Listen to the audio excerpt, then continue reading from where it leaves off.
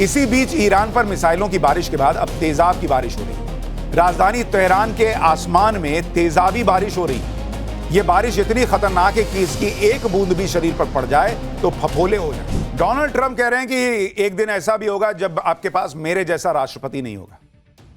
भाई, दुनिया में ना लोग जाके हनुमान जी के मंदिर में लड्डू चढ़ाएंगे अगर तुम्हारे जैसा राष्ट्रपति ना हो। लड्डू चढ़ाएंगे, मैं तुम्हें बता रहा हूं, क्योंकि हमारे संकट मोचक वही है हनुमान जी। अगर आपके जैसा राष्ट्रपति दुनिया में नहीं होगा तो इसका मतलब हम संकट से बच जाएंगे। ऐसी स्थिति कर दी है आपने। ट्रंप युद्ध में इस तरह फंस गए हैं कि अलबलाई हुई बातें कर रहे हैं और उनकी बातों में इतना विरोधाभास है कि कोई उन पर भरोसा नहीं कर सकता। अमेरिका की हालत देखकर कई लोग डोनाल्ड ट्रंप और पीएम मोदी के युद्ध की तुलना कर रहे हैं। पीएम मोदी ने, आप याद कीजिए बॉस, जब पाकिस्तान पर अटैक किया तो उस हमले का मकसद क्लियर था। कब युद्ध खत्म करना है यह भी क्लियर था। कोई कंफ्यूजन नहीं कि हम किसको मारने के लिए उतरे हैं। लेकिन आप ट्रंप को देखिए बॉस, उस आदमी को कुछ नहीं पता कि हम क्या हासिल करना चाहते हैं। कोई प्लान बी नहीं है, कुछ नहीं है। युद्ध में घुस गए, निकलना कैसे यह पता ही नहीं है। और इसलिए आपको देखना चाहिए कि देश कितने ही ताकतवर क्यों ना हो, पुतिन घुसे युद्ध में, निकल नहीं पा रहे हैं। ट्रंप घुसे युद्ध में, निकलने का रास्ता मिल नहीं रहा है। लेकिन नरेंद्र मोदी युद्ध में घुसे भी और निकल भी आए, अपना काम भी पूरा कर लिया और देश की रॉकेट बनी इकोनॉमी को हिलने नहीं दिया। लिमिटेड युद्ध में पाकिस्तान को घुटनों पर लाकर दुनिया को अपनी ताकत दिखा दी। आज की डेट में अमेरिका की क्या हैसियत रह गई? दुनिया हंस रही है कि तुम नंबर 1 देश हो, तुम्हारी क्या ताकत जी, तुम्हारा क्या है डिफेंस सिस्टम जी कि ईरान जहां मन कर रहा है वहां मार दे रहा है। आप सोचिए भारत की ताकत, अपने सैनिकों का शौर्य, कि ऐसे ही ड्रोन आते थे लेकिन कहीं ड्रोन घुसने नहीं दिया हमारी सेना ने। ऐसे ही मिसाइलें दागी थी पाकिस्तान ने, कहीं फूटने नहीं दिया। इसलिए समझिए जो ऑपरेशन सिंदूर में हुआ उसकी अहमियत समझिए बॉस, कि नरेंद्र मोदी कैसे गए, काम हुआ और वापस हम निकल आए भारत। पुतिन से लेकर ट्रंप तक फंसे हुए हैं युद्ध में।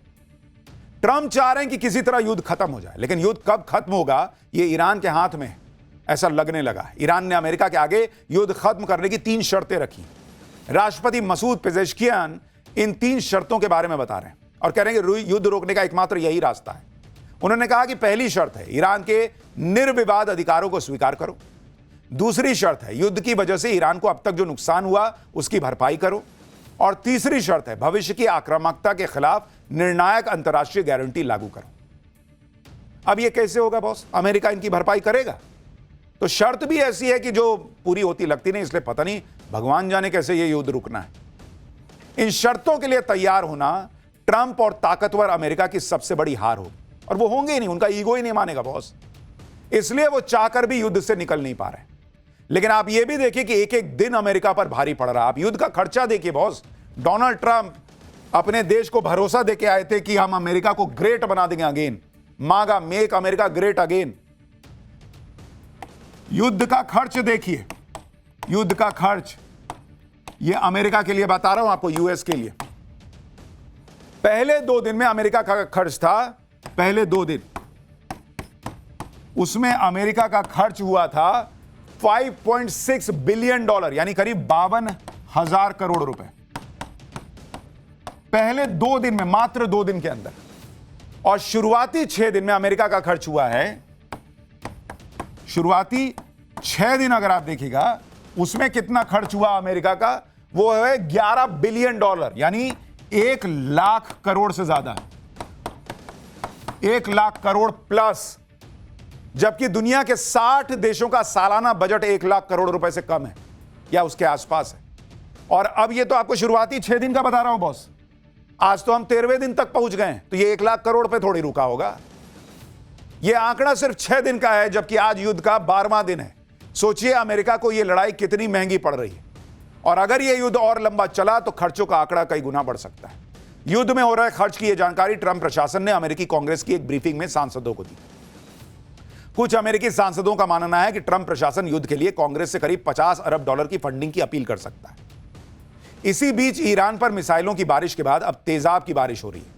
राजधानी तेहरान के आसमान में तेजाबी बारिश हो रही है।